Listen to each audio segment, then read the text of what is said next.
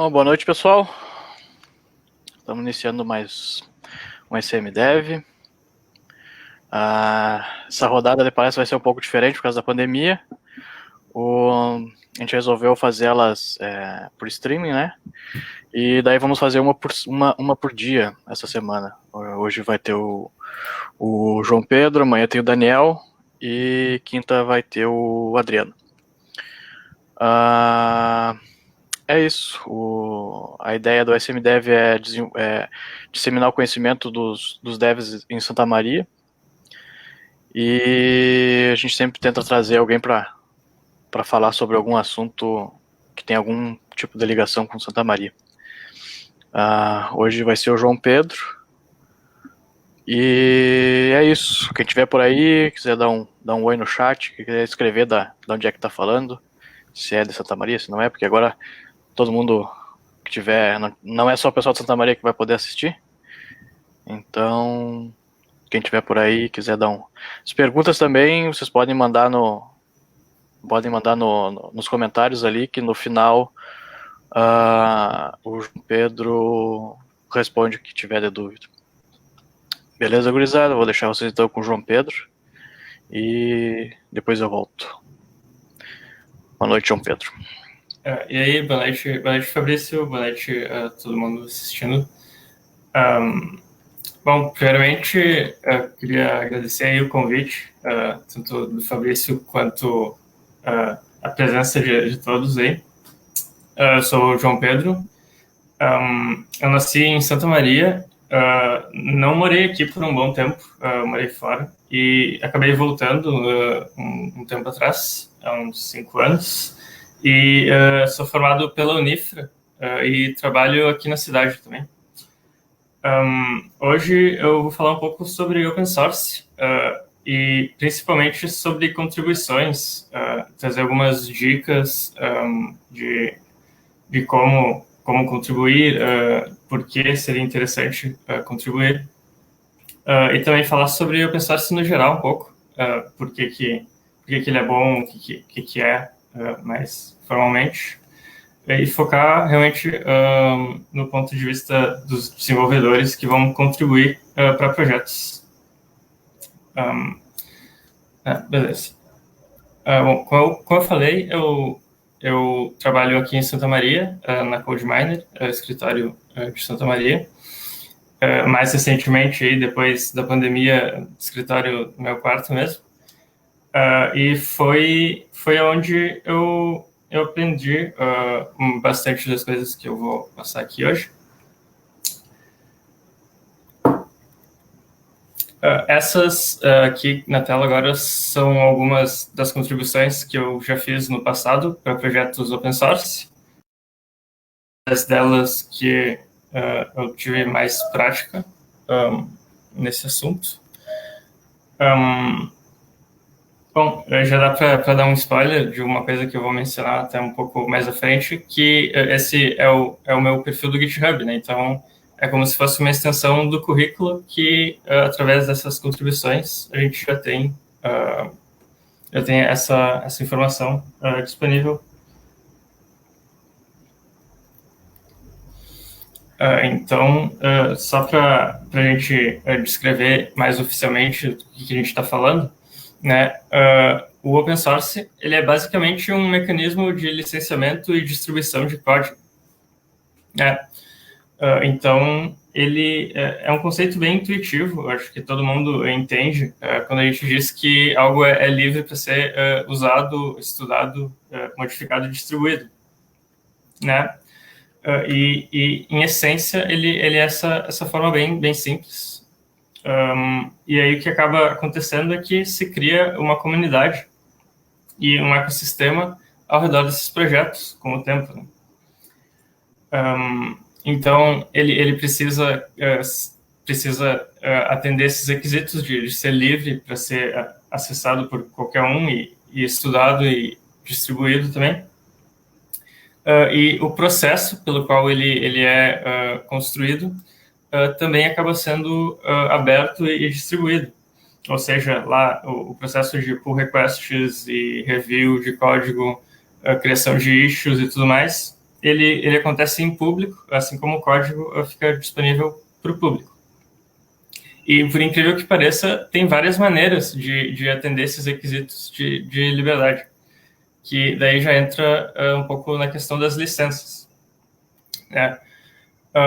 Então, quando a gente pensa, né, uma coisa que é livre para ser modificada e distribuída, o que vem na minha cabeça, pelo menos, é exatamente o que é o domínio público, que é onde não existe nenhuma restrição e a informação está lá disponível, né, qualquer um tem acesso e faz o que bem entender.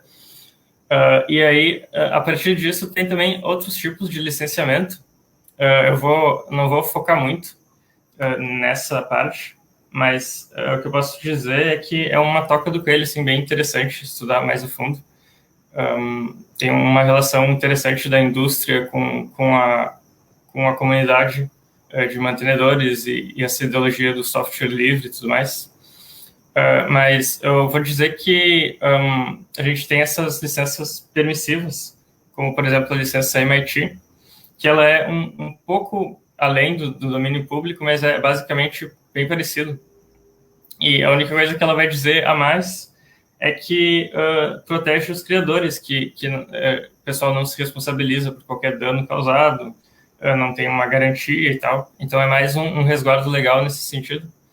E aí a gente tem essa questão de licenças restritivas, como, por exemplo, a GPL, que ela é uma licença que meio que garante que o software vai continuar sendo livre no seu ciclo. Ela basicamente funciona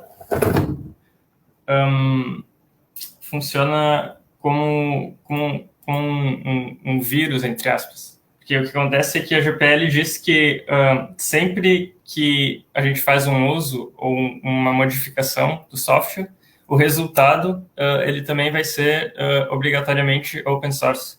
Então, ele garante essa continuidade do open source.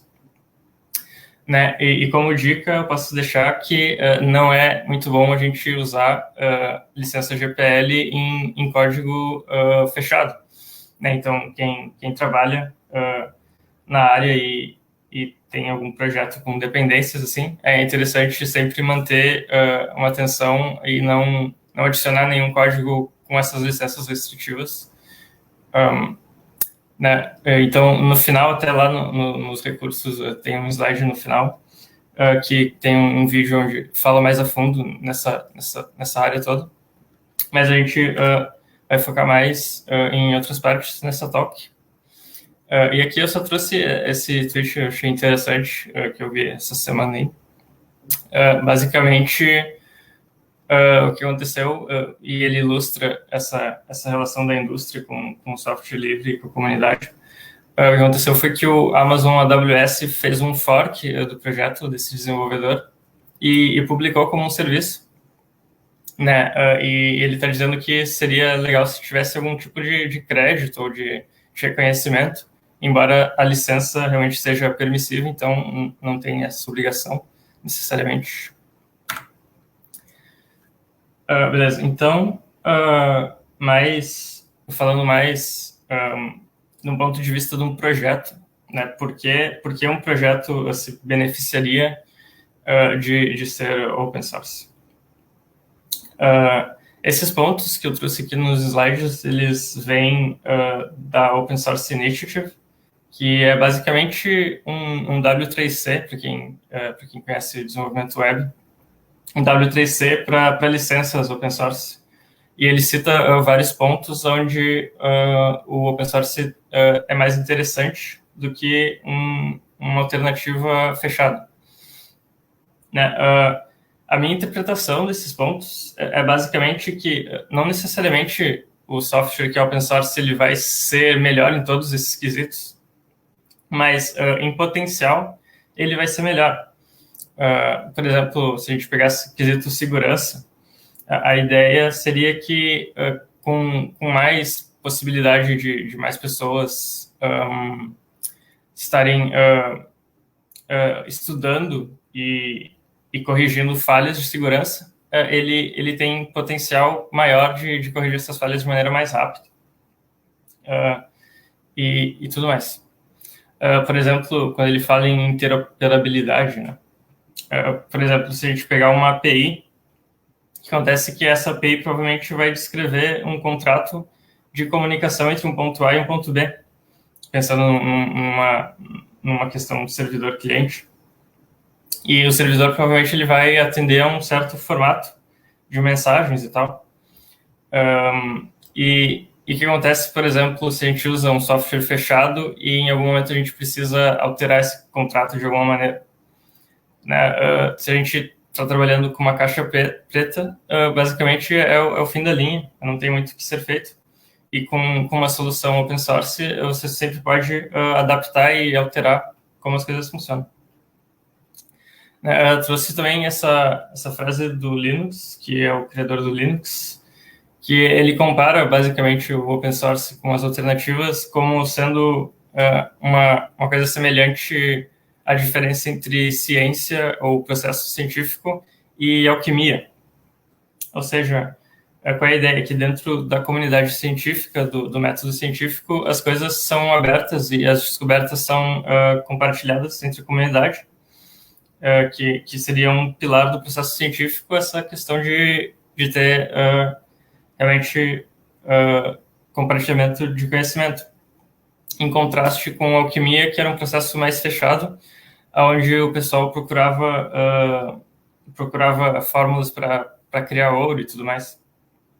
E então, hoje em dia, né, até que se prove o contrário, não existem mais tantos alquimistas assim, e a não ser que eles realmente tenham descoberto como fazer o ouro e hoje eles vivam em algum paraíso fiscal por aí, né?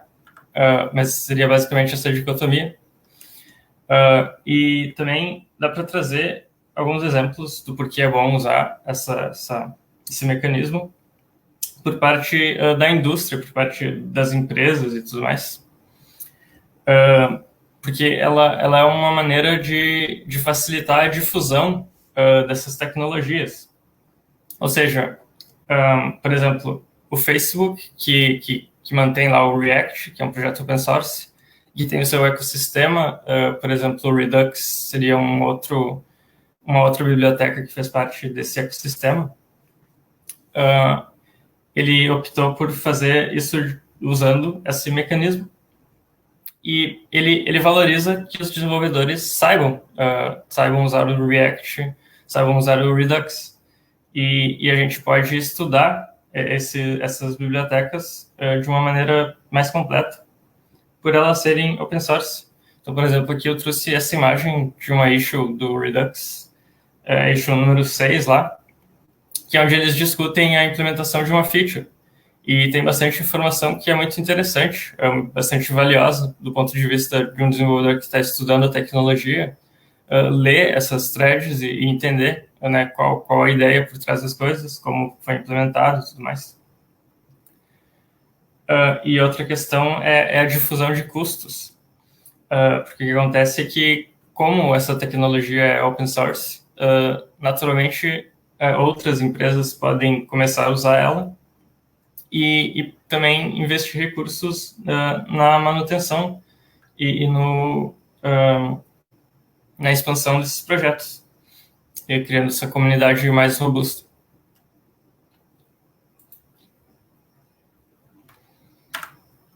Bom, agora mais do ponto de vista de um desenvolvedor, né, por que seria interessante fazer contribuições? Bom, primeiramente, no geral, é uma coisa que a gente faz de graça, então não tem nenhuma remuneração, né? O que pode ser um ponto positivo em algum momento. Por exemplo, quando você não recebe para fazer alguma coisa, você não precisa necessariamente ter tantas restrições ou seguir prazos muito apertados. Porque, por exemplo, o que vai acontecer se você pegar uma issue open source e atrasar lá alguns dias? O pessoal não tem como né, diminuir salário, nem cortar benefícios, porque não tem nenhum benefício. Então, o que acontece? Você não vai pagar para contribuir. Né? Então, pode ser uma parte positiva nesse sentido. mas falando mais sério agora, oportunidades para participar da comunidade como um todo é bem interessante, porque proporciona alternativas ou uma maneira talvez mais profunda de engajar com esses projetos e com essas comunidades, que no caso faz parte de um todo. Por exemplo, se a gente for ver, tem todo um ecossistema, digamos, de eventos, artigos e pessoas envolvidas na comunidade de desenvolvedores de uma certa tecnologia. E geralmente tem alguns projetos open source que são importantes dentro dessa comunidade, e você pode realmente colocar a mão na massa e participar dela. Dá para citar, por exemplo, o Ruby, que é uma linguagem de programação, e tem o Rails, que é um projeto open source, que é bem importante para a comunidade como um todo. Então, no fim, o open source acaba sendo uma parte dessa comunidade maior. E que também acontece online, então você muitas vezes tem acesso a esses desenvolvedores de outros lugares, a pessoas que, né, geograficamente estão muito longe, mas que a gente sabe que a internet tem esse poder de quebrar essas barreiras. Então, por exemplo, no momento que você abrir um PR lá, você vai ter um review de mantenedores dos projetos que podem ter uma experiência valiosa. E eu acho que também é uma forma bem interessante de estudar as coisas. Se você for ver, por exemplo, na faculdade ou em bootcamps e tudo mais, sempre tem uma parte teórica e uma parte prática, onde na prática você vai fazer exercícios e tudo mais. E eu diria que o open source ele é uma alternativa bem interessante nessa parte prática, quando se estuda algo novo, enfim.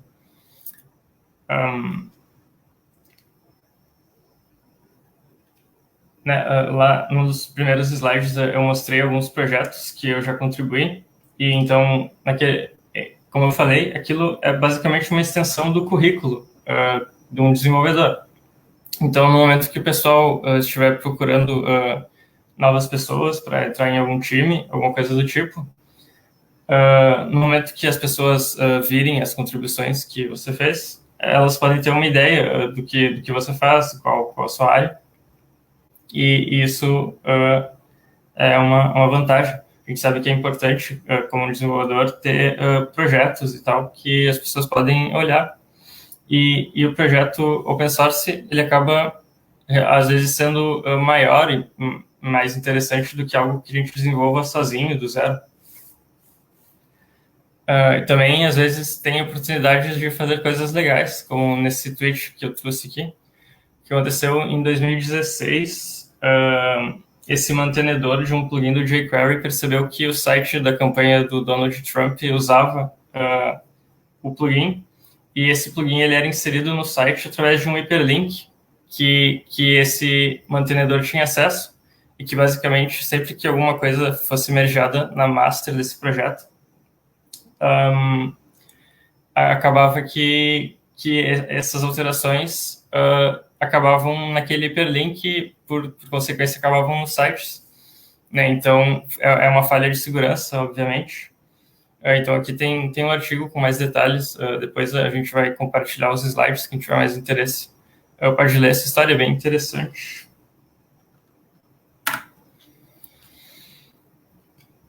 Beleza. Então, primeiro passo, né, quando você tem interesse em contribuir com o open source, é achar repositórios e oportunidades para contribuir. Aqui eu trouxe uma lista das 3 melhores listas de onde você pode achar projetos. Pode variar um pouco de acordo com a ocupação de cada um, mas qual é a ideia? É que, basicamente, a gente interage no dia a dia com bastante projetos que são open source. E a gente acaba adquirindo bastante conhecimento sobre esses projetos, por trabalhar com eles bastante tempo e tal. Então, muitas vezes, a gente pode achar, a gente pode descobrir que realmente alguns problemas que a gente tem no dia a dia podem ser uma issue no projeto, ou a gente tem também a possibilidade de criar novas issues com problemas que a gente tem no dia a dia.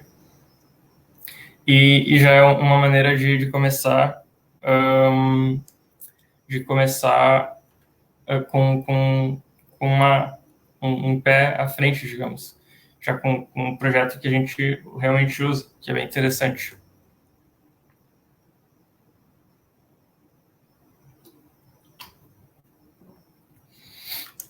Uma dica que eu posso dar nesse ponto é que, às vezes, esses projetos eles são bastante concorridos, eles têm bastante gente que tem interesse em contribuir. E às vezes as issues não necessariamente ficam muito tempo disponíveis para as pessoas trabalharem nelas. E a dica seria olhar ao redor, porque geralmente quando uma biblioteca ou projeto é bastante popular, acaba se criando um ecossistema na volta e acaba se criando bibliotecas que não são tão populares, projetos que são menores, mas que seguem os mesmos padrões, seguem as mesmas práticas e que compartilham a comunidade, basicamente. Então, é uma boa alternativa, muitas vezes. Outra coisa é que, às vezes, a gente pode pesquisar por outros motivos. Como eu falei, eu acho que é uma maneira bem interessante de estudar coisas e de colocar em prática coisas que a gente estuda. Então, às vezes, a gente pode pesquisar coisas somente porque elas usam certa tecnologia, certa linguagem. Então, por exemplo, tem filtros no GitHub, que ele possibilita pesquisa em todo o GitHub, em todos os projetos, por issues que tem aquele filtro, que tem aquela label, por exemplo. Então, às vezes, você pode colocar a tecnologia que você está interessado com uma label ou com uma palavra-chave, e você acha vários possíveis issues que você pode trabalhar nelas. Às vezes, tem essa label Good First Issue, que ela basicamente significa que os mantenedores do projeto entendem que aquele issue ele é uma boa issue para quem quer começar a contribuir com o projeto. Outras labels interessantes são Help Wanted, que quer dizer que é uma issue que está disponível, que está sendo procurado possíveis contribuidores. Tem essa label Hacktoberfest, que eu vou falar mais, mas é um evento que acontece, e que todos esses issues que tem essa label realmente estão procurando contribuidores. E também tem algumas outras coisas. O próprio GitHub oferece maneiras de você explorar os projetos. Tem essa página Trending, tem a página Explore, e às vezes tem projetos dentro do próprio GitHub, repositórios, que são basicamente listas que tem vários repositórios interessantes, com várias tecnologias diferentes e tal, que pode ser uma alternativa interessante também. E, né, às vezes oportunidades aparecem em lugares inesperados, quando você está navegando a documentação e tudo mais, como nesse exemplo aqui que a gente tem no slide, que basicamente era um erro de layout que foi resolvido por alguém que estava lendo a documentação do projeto. Então, sempre que você observa alguma oportunidade, você pode criar issues, criar pull requests. E daí tem vários tipos de contribuição, né? Não necessariamente só código. Então, por exemplo, uma boa dica é você começar com documentação. digamos que tem um projeto interessante, que tenha interesse em participar. Antes de começar a contribuir com código e contribuições mais complexas, a gente precisa fazer o setup do projeto, entender como ele funciona, ou seja, ler a documentação que é oferecida. E muitas vezes, nesse processo, surgem oportunidades para melhorar coisas que às vezes não estão tão claras. Ou coisas que foram difíceis pessoalmente na hora de um setup, por exemplo. Muitas vezes pode ser melhorado. Você pode adicionar dicas, fazer perguntas. Muitas vezes tem issues que são perguntas dentro dos projetos, o que é válido, porque muitas vezes as pessoas têm dúvidas semelhantes e ao criar uma issue, você mata as dúvidas de várias pessoas por ser essa natureza aberta. E pode sair daí ideias de melhorar as coisas, ideias de features podem sair através de perguntas sobre como funcionam as coisas e tudo mais. Também uma parte que pode acontecer é a questão de reviews. Quando você tem mais conhecimento dentro de um projeto, você pode fazer review de código das coisas, ou pode servir como exemplos, né, até olhar os pull requests que já existem no projeto. Pode ajudar a entender como seria interessante abrir um pull request nesse projeto. Muitas vezes tem padrões interessantes para seguir, tem templates de issues e tudo mais.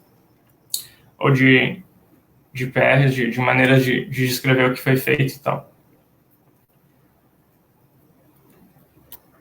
Então, bom, como eu disse, antes da gente contribuir necessariamente, é importante se ambientar e entender como as coisas funcionam dentro de um projeto e o que é importante prestar atenção e fazer. Então, por exemplo, necessariamente vai ter um arquivo chamado readme.md, e esse arquivo ele precisa trazer um overview do projeto, explicar qual a visão, exemplos de uso. Muitas vezes tem o status também dos testes, qual a cobertura, se a build está funcionando ou não. E vai ter links para documentação, às vezes tem links para recursos onde você pode conversar com pessoas, tipo Discord, Slack e tudo mais. Ele pode conter a licença do projeto, que ajuda a entender como essas contribuições são usadas. E você pode navegar pelos issues, pelos pull requests do projeto, que é um bom lugar para entender como as coisas funcionam, quais tarefas precisam de atenção, exemplos de como fazer as coisas, até a própria linguagem que é usada, quais os termos, conceitos, melhores práticas e tudo mais. E nas issues é onde você vai realmente achar as tarefas que você pode trabalhar nelas. Então, é importante se comunicar através dessas issues antes de começar a trabalhar.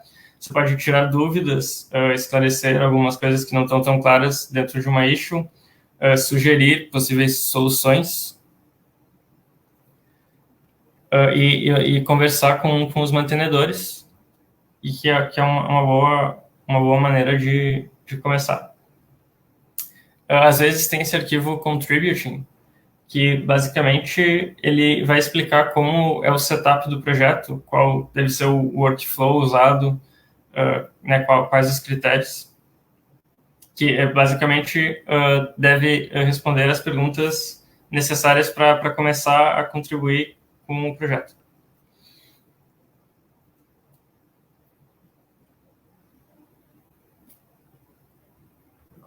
Então, basicamente, o conjunto dessas coisas, ele deve oferecer informação para entender o projeto, entender quando ele é usado, como ele funciona, ter algumas ideias de qual a arquitetura, quais as melhores práticas.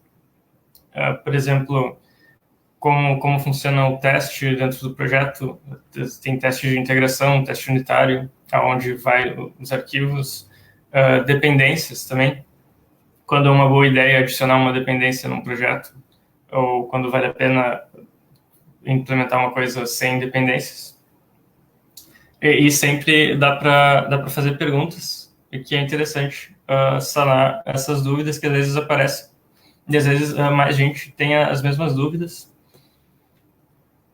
E uma dica é que, às vezes, a facilidade de entender as coisas e de fazer o setup é uma boa dica de qual a qualidade geral do projeto, de se vale a pena contribuir. Ou muitas vezes são oportunidades de melhorar as coisas se está confuso, ou simplesmente de procurar um projeto menos confuso.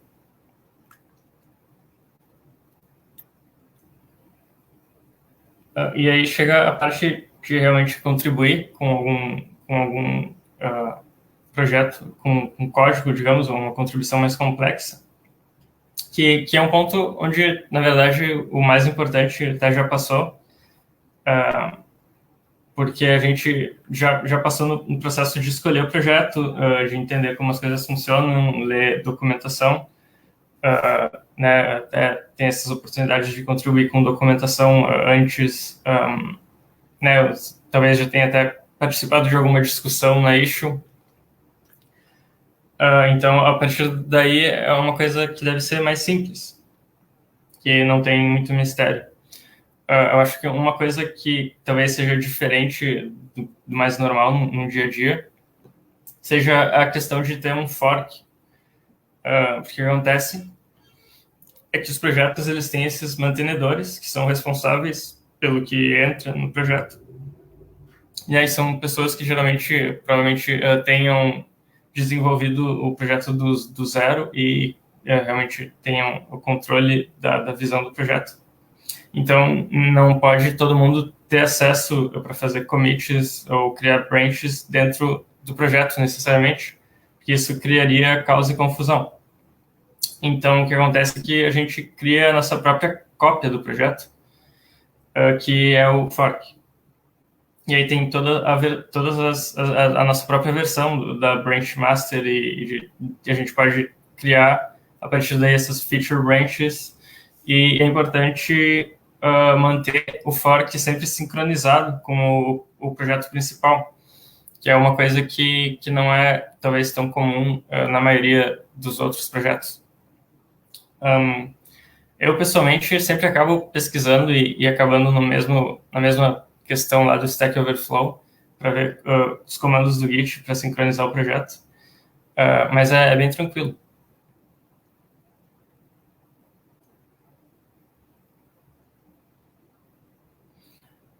E aí você pode usar os métodos da preferência para sincronizar o projeto e manter ele em sintonia com o projeto principal. Ou, melhor ainda, usar os padrões do projeto, que muitas vezes existem. Existe um workflow específico que é preferível pelos mantenedores e tudo mais, mas às vezes também não existe. Então, basicamente, eu gosto de usar Rebase e Feature Branches quando não existe nenhuma especificação de como proceder. E aí você vai criar um pull request do seu próprio repositório no repositório principal, que às vezes ele é chamado de upstream. E uma dica que eu posso deixar é que é importante não abandonar esses pull requests, porque às vezes pode demorar um pouco para alguém fazer o review ou dar alguma atenção, e pode surgir coisas do tipo conflitos de merge. E então é interessante sempre prestar atenção nisso, que é fácil de deixar passar batido. E como eu falei antes, tem esse evento em outubro que chama Hacktoberfest. Como eu falei, é interessante às vezes pesquisar issues que tem essa label, Hacktoberfest, que são issues que participam desse evento. A ideia do evento é promover contribuições com o open source. Então, é um desafio E basicamente, quem se cadastra no desafio e faz 4 pull requests, cumpre o desafio e ganha alguns brindes. No ano passado, esses foram os brindes, principalmente a camiseta. O computador não é incluído. Esse ano tem a oportunidade de plantar árvores também. Então, é uma boa dica para quem quer começar a dar uma olhada nesse evento que está acontecendo agora, tem mais 15 dias aí.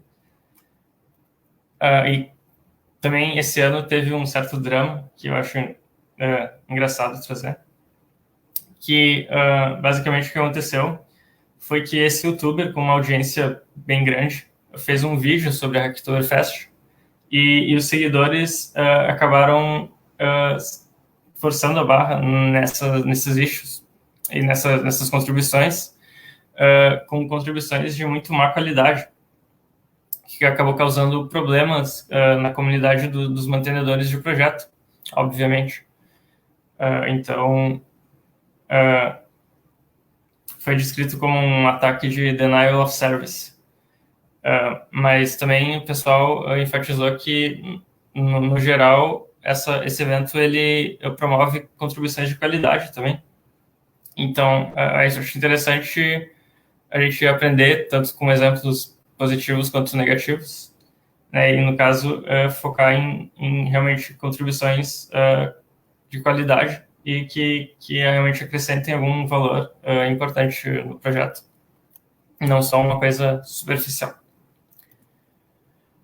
Bom, como eu disse, eu trabalho na CodeMiner aqui em Santa Maria e a gente está sempre contratando, tanto aqui em Santa Maria quanto em várias outras cidades do Brasil. Eu deixei aqui um link para a nossa página. Quem tiver interesse pode seguir. E esse último slide ele tem alguns links que eu deixei como sugestão de como se aprofundar no assunto. Tem coisas sobre aquele slide de licenças, software livre e open source. Tem esse vídeo que mostra na prática esse processo de contribuições. Tem coisa sobre o workflow Git e o link da Hacktoberfest. Basicamente isso. Obrigado a todos pela presença. E se alguém tiver alguma dúvida no chat aqui, a gente pode dar atenção. Se tiver qualquer sugestão, qualquer ideia também, pode ser interessante.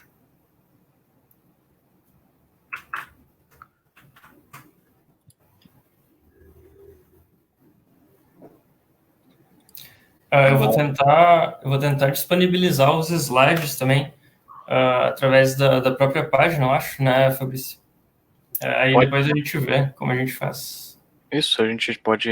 Eu deixo um link ali pela página ali, o pessoal pode acessar. Se o pessoal tiver pergunta, o João Pedro pode responder agora. O Daniel perguntou sobre o link do evento. Tu disse que está no material, né?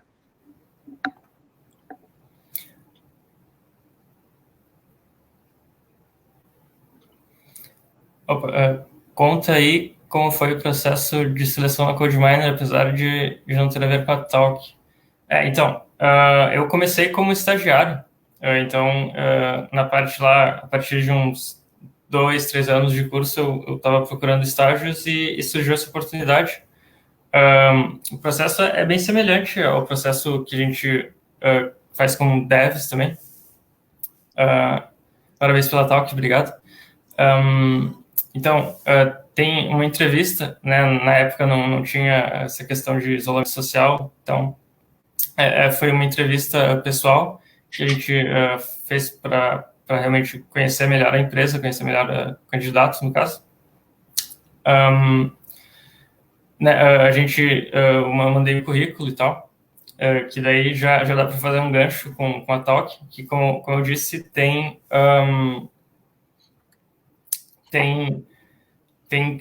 como todas essas contribuições open source irem parar no nosso perfil do GitHub, que é uma coisa que a gente vai olhar durante o processo de seleção, e que é um diferencial. E, além disso, teve um teste técnico também, que é basicamente desenvolver ali um aplicativo como a gente faria para estudar. Então, é basicamente isso.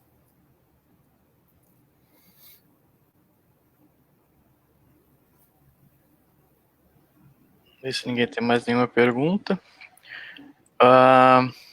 Então a gente já, como comentou, já vamos. Eu vou disponibilizar depois o material da palestra aí do João Pedro aí na página. E acho que é isso, pessoal. Obrigado por quem esteve por aí. Obrigado, João Pedro.